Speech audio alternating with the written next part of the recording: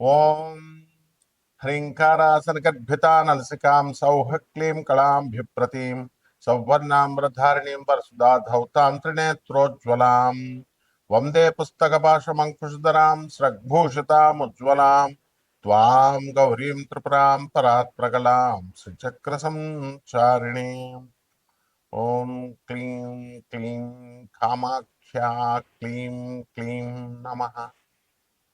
మనకి కామాఖ్యాదేవి గురించి అంబుబాచి అనేటటువంటి ఉత్సవం మనకు సంవత్సరానికి ఒక్కసారి జరుగుతుందని తెలుసు.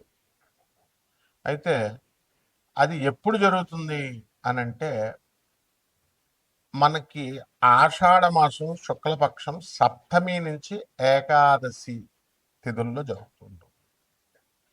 అయితే అమ్మవారు ప్రతి నెల కూడా రజస్వలవుతుంది, మనకి బహిష్ట అవుతుంది. అయితే సంవత్సరానికి ఒక్కసారి మాత్రమే మనం ఆ టెంపుల్ అథారిటీస్ వాళ్ళు ఫంక్షన్ చేస్తారు. అది ఎప్పుడు అంటే ఈ యొక్క ఆషాఢ శుద్ధ సప్తమి నుంచి ఏకాదశి తిథి వరకు. అది ఎప్పుడు పడింది మనకి? జూన్ 22వ తేదీ నుంచి జూన్ 26 వరకు ఫంక్షన్ జరుగుతుంది, ఫెస్టివల్. అంటే అప్పుడేనా అండి అంటే సంవత్సరం అంతా కూడా జరుగుతుంది. ఇప్పుడు పుష్కరాలు ఉన్నాయి, మనం పుష్కరాలు సంవత్సరం అంతా కూడా ఇప్పుడు యమునా నది పుష్కరాలు జరుగుతున్నాయి. దేవగురు అయినటువంటి బృహస్పతి కమండలంలో ఉన్నటువంటి పుష్కరుడు యమునా నదిలో ప్రవేశించాడు. ఎక్కడ? కర్కాటక రాశి, గురుడు కర్కాటక రాశిలోకి వచ్చినప్పుడు. అప్పుడు సంవత్సరం అంతా కూడా పుష్కరాలే. కాకపోతే ఆ ఘాట్లు లోతుగా ఉంటాయి, మీకు నీళ్ళు ఎక్కడ చేయాలో తెలియదు. కాబట్టి ప్రభుత్వం ఏం చేస్తుందంటే మొదటి 11 రోజుల్ని ఆది పుష్కరాలని, ఆఖరి 11 రోజుల్ని అంత్య పుష్కరాలని చెప్పేసి జరుపుతుంది. మిగతా రోజంతా స్నానం చేయొచ్చు. ఇంకా ప్రిసైజ్గా అనుభవజ్ఞులైనటువంటి మన గురువు గారు చాగంటి కోటేశ్వరరావు గారు వీళ్ళంతా కూడా మధ్యాహ్నం 12 గంటల నుంచి 1 గంట మధ్యలో వీళ్ళంతా కూడా ప్రతిరోజు కూడా పుష్కరుడు ఉంటాడు కాబట్టి స్నానం చేసుకోవచ్చని. అలాగే కాశీలో కూడా మణికర్ణిక ఘాట్లో ప్రతిరోజు కూడా, ఇంకా ఈ ఈ సంవత్సరం ఆ సంవత్సరం లేదు, ప్రతిరోజు కూడా 12 నుంచి మనకి కొన్ని గడియల పాటు 1 గంట వరకు మీరు స్నానం చేసుకోవచ్చు అని చెప్పారు. అయితే ఇక్కడ ఈ యొక్క అమ్మవారు మనకి శాస్త్ర ప్రమాణం ఉంది. అదేమిటంటే ప్రతి మాసం భవేద్దేవి యత్ర సాక్షాత్ రజస్వల. అంటే ప్రతి మాసాన్ని కూడా మనము ప్రతి మాసం మనం అనొచ్చు, సంస్కృతంలో మాసే మాసే అని అనొచ్చు, మాసి మాసి అని అనొచ్చు అనమాట. అందువల్ల మనకి ప్రతి నెల కూడా స్త్రీలు అందరూ కూడా ఏ విధంగా అయితే బహిష్ట అవుతారో ఆ విధంగా అమ్మవారు కూడా, కామాఖ్య అమ్మవారు కూడా బహిష్ట అవుతూ ఉంటుంది ప్రతి నెల. కాబట్టి మనం ఈ అంబుబాచి ఫెస్టివల్కి వెళ్ళలేకపోయామండి అని బాధపడాల్సినటువంటి అవసరం లేదు. ఏ టైంలో అయినా సరే ప్రతి సంవత్సరం ప్రతిరోజు కూడా మీరు ఆ యొక్క అమ్మవారిని మనం ధ్యానించుకోవచ్చు, కామాఖ్య అమ్మవారిని దర్శించుకోవచ్చు. ఆమె ఎవరో కాదు, ఆమె సాక్షాత్తు మాయాపీఠమైనటువంటి బెజవాడ కనకదుర్గాదేవియే అక్కడ యోనిపీఠంలా అక్కడ మనకి కామాఖ్యలో వెలిసింది, ఇందులో డౌట్ లేదు. తర్వాత ఆ అమ్మవారి బొట్టున బ్రహ్మపుత్ర నది మనకు ప్రవహిస్తూ ఉంటుంది. ఆ బ్రహ్మపుత్ర నది లో మనకి ఈ యొక్క ఉత్సవం అనేటటువంటి జరుగుతుంది. అక్కడ ఒక ఘాట్లో కుంకుమ వేస్తారు. కుంకుమ వేసి అమ్మవారి మిగిలిపోయినటువంటి ఈ యొక్క పూలు పుష్పాలు కుంకుమ వేయడం వల్ల ఆ వాటర్ అనేటటువంటిది ఎర్రగా అక్కడ మాత్రమే ఉంటుంది. దాన్ని పట్టుకొని వీళ్ళందరూ కూడా బ్రహ్మపుత్ర అనేది ఈనిందా అని ఎర్రగా ఉంటుంది అని చెప్పేసి పుకార్లు లేపారు. అతిశయోక్తి, ఎగ్జాగరేట్ చేశారు. అదేవిధంగా అమ్మవారు అక్కడ వాటర్ అంతా కూడా లైట్ పింక్ కలర్, గ్రీన్ కలర్లో ఉంటుంది.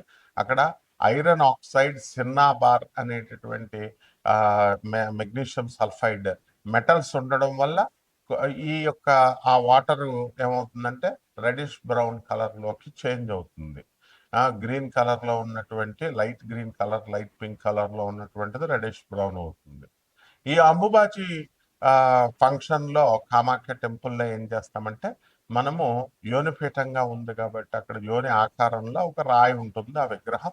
దాని మీద ఎర్రని గుడ్డ వేస్తారు. అది కూడా మనకి అందరూ కూడా తెల్ల గుడ్డేస్తే ఎర్రగా అయిపోయిందని ఏదో చెప్తారు, ఎగ్జాగరేట్ చేస్తారు. మామూలుగా ఇప్పుడు అక్కడ గౌహతిలోనే కాదు, శక్తి క్షేత్రాల అమ్మవారి క్షేత్రంలో మెరిసేటటువంటి ఎర్ర అది తలకు కట్టుకుంటాం కదా, అలాగా జెండాలకు వేస్తాము. ఆ షైనింగ్ వచ్చేటటువంటి రెడ్ క్లాత్ ఆరెంజ్ కలర్ లో ఉన్నటువంటిది వేసి కప్పుతారనమాట. తర్వాత అంబుబాచి ప్రసాదంగా ఎలాగైతే గాణగాపురంలో ఆ పాదకుల్లో ఉన్నటువంటి ఆ గంధాన్ని తీసి మరి అడిగిన వాళ్ళకి ఇస్తూ ఉంటారు. అంటే డబ్బులు ఇచ్చిన వాళ్ళకి, పంతులు గారులకు డబ్బులు ఇస్తే ఇస్తారు, 1000 రూపాయలు, 10,000, 5,000 అట్లా అనమాట. అది డిమాండ్ వీళ్ళు క్రియేట్ చేయడం వల్ల వాళ్ళు అలా తయారయ్యారు. ఇక్కడ కూడా అంతే, తెలిసిన వాళ్ళకి ఇచ్చే సీన్ ఏం లేదమ్మా. అక్కడ ఎవరైతే డబ్బులు కడుతూ ఉంటారో వాళ్ళకి ఇస్తా ఉంటారు అనమాట. కాబట్టి అక్కడ అదేమీ అవసరం లేదు మీకు. అంబుబాచి అమ్మవారి ఎప్పుడు కూడా బ్రహ్మపుత్ర నది బ్రహ్మదేవుడు అక్కడ సృష్టించాడు.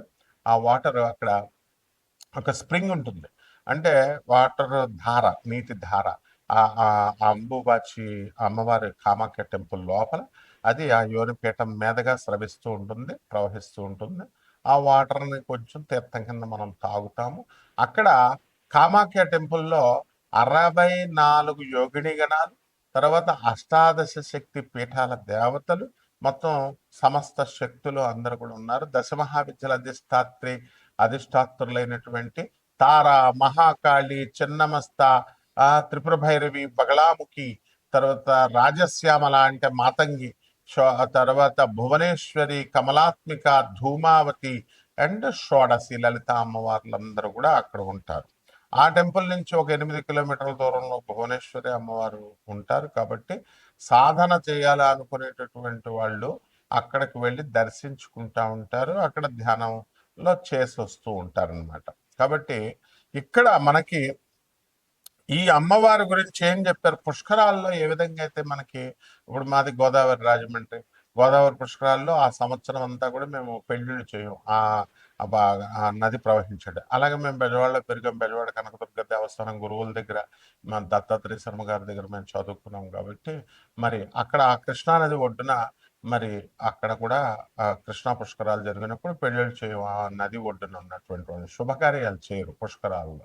అదే విధంగా ఈ అంబుబాచి ఫంక్షన్ జరుగుతున్నప్పుడు మనం ఏం జరుగుతుంది అనంటే, పురాణాల్లో చెప్పబడినటువంటి శుక్తి మనకి అంబువాచి త్యాగధినే గృహారంభే ప్రవేశనే గృహేచ్ఛ ఏమంటాడు, వాపి తటాకారంభేచ గృహేచ కృషి కర్మణి, అంటే ఈ పనులు చేయకూడదని చెప్తోంది. ఏమిటా పనులు?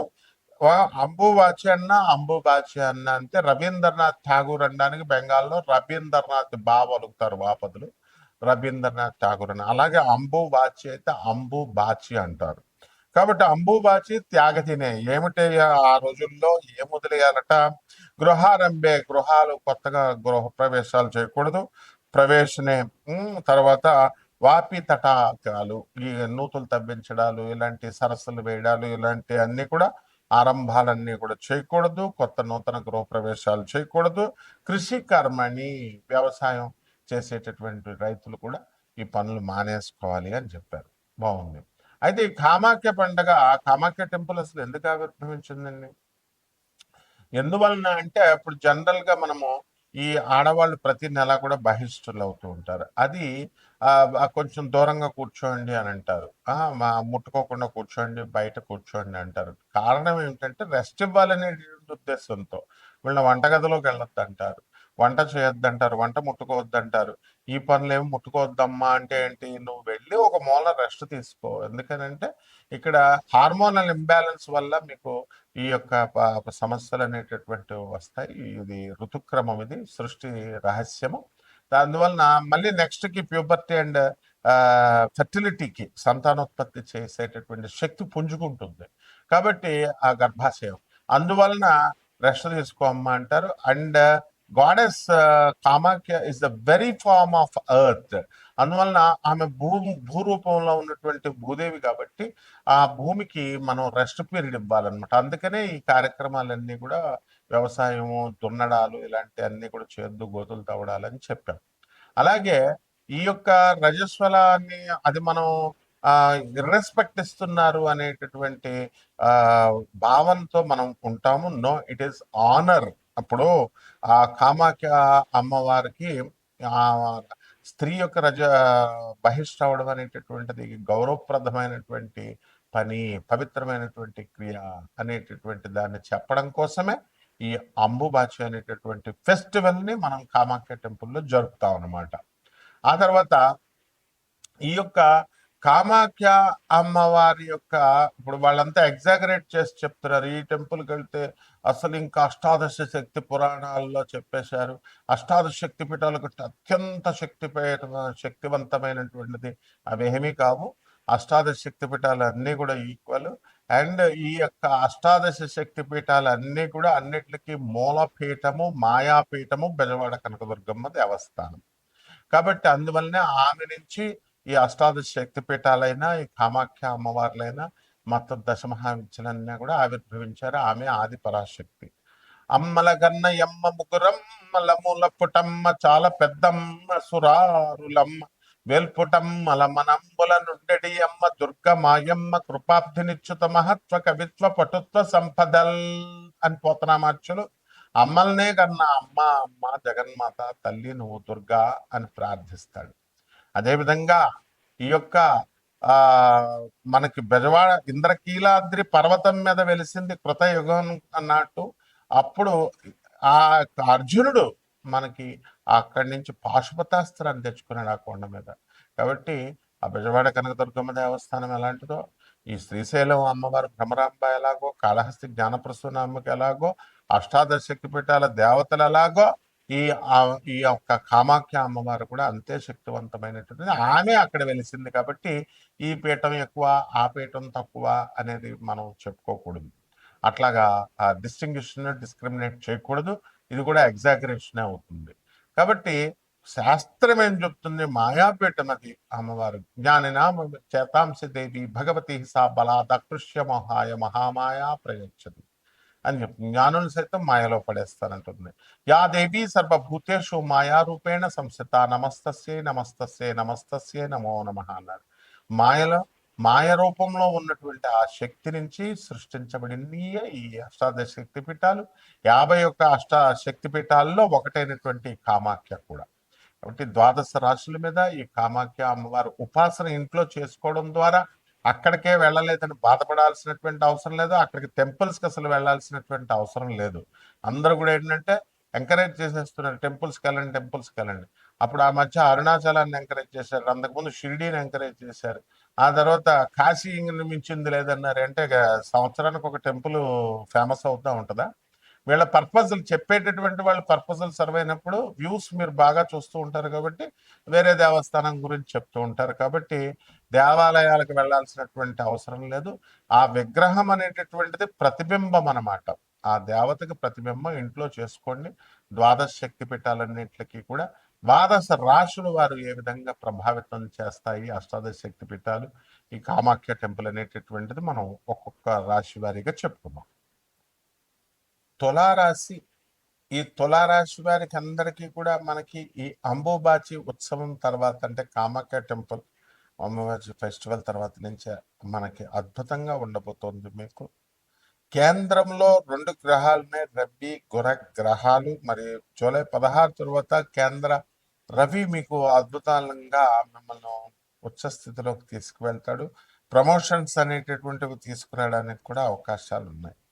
అలాగే ఎవరైతే చెస్ట్ పెయిన్స్తో హార్ట్ స్టంట్లు వేయించుకున్నామండి, హార్ట్ వీక్గా ఉందని నేను బాధపడుతున్నటువంటి వాళ్ళందరికీ కూడా అటువంటి ప్రాబ్లమ్స్ నుంచి మిమ్మల్ని బయట పడేయడము అనేటటువంటి జరుగుతుంది. అలాగే మిస్అండర్స్టాండింగ్స్ వల్ల, మిస్కమ్యూనికేషన్ వల్ల ఈ యొక్క బాధపడుతున్నటువంటి వాళ్ళందరూ కూడా రిలేషన్స్ దెబ్బతిన్నాయి మా చుట్టాలతో అనేటటువంటి వాళ్ళు, లేదా ఆఫీసర్లతో, బాసులతో మాకు అక్కడ రిలేషన్స్ సరిగ్గా లేవండి అని అనుకునేటటువంటి వాళ్ళందరికీ కూడా ఈ యొక్క బుధగ్రహము జూలై 7 తర్వాత నుంచి ఉంది కాబట్టి మనకి మిథున రాశి లోకి ప్రవేశిస్తున్నాడు. కాబట్టి చక్కగా మీకు మంచి మేలు చేస్తాడు.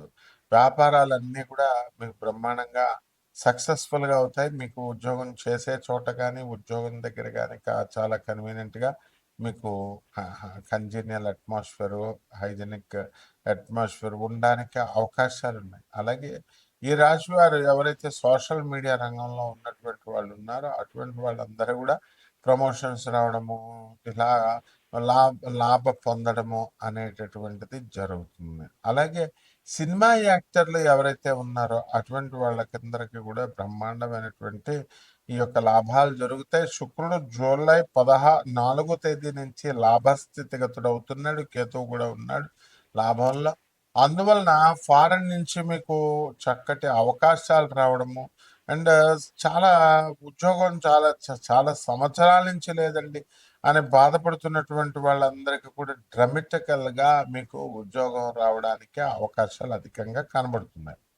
అదేవిధంగా మీరు చేయనటువంటి తప్పుకి మీరు కోర్టుల చుట్టూ తిరుగుతున్నారు. మీ తల్లిదండ్రులు వాళ్ళు చేసినటువంటి ఫూల్ స్టెప్స్ వల్ల మీ పొలాన్ని వేరే వాళ్ళు తీసుకోవడము, వాళ్ళని కబ్జా చేయడం, కోర్టుల్లో వేయడం ద్వారా గత 20 సంవత్సరాలుగా మీరు ఈ బాధలు అనేటటువంటి చాలా మంది పొందుతున్నారు. కాబట్టి ఈ కోర్టు విషయాల్లో ఇంకా కానీ జడ్జిమెంట్కి కానీ ఇంకా దగ్గరికి రాలేదు. కాబట్టి అక్కడికి వాయిదాలకి వెళ్ళడము ఇదంతా కూడా ఇక్కడ కుటుంబాలను చూసుకోవడం, అక్కడ వాయిదాలు తిరగడం ఇవన్నీ కూడా కఠోరమైనటువంటి శ్రమ అనేటటువంటిది మీకు ఎక్కువగా ఇక్కడ ఉండడం అనేటటువంటిది జరుగుతుంది. కాబట్టి ఈ యొక్క రాశి వారికి అందరికీ కూడా కుటుంబంలో మనశ్శాంతి లోపము అనేటటువంటిది ఉంటుంది. రాహు కుంభరాశిలో ఉన్నాడు, మరి శని వక్రించి ఉన్నాడు. కాబట్టి దీర్ఘాయుష్షు, ఆరోగ్యకరమైనటువంటి మంచి అలవాట్లు మీకు రావడం అనేటటువంటి జరుగుతాయి. కాబట్టి పరిహారాల దగ్గరికి వచ్చేసరికి రాహు జపం చేసుకోండి,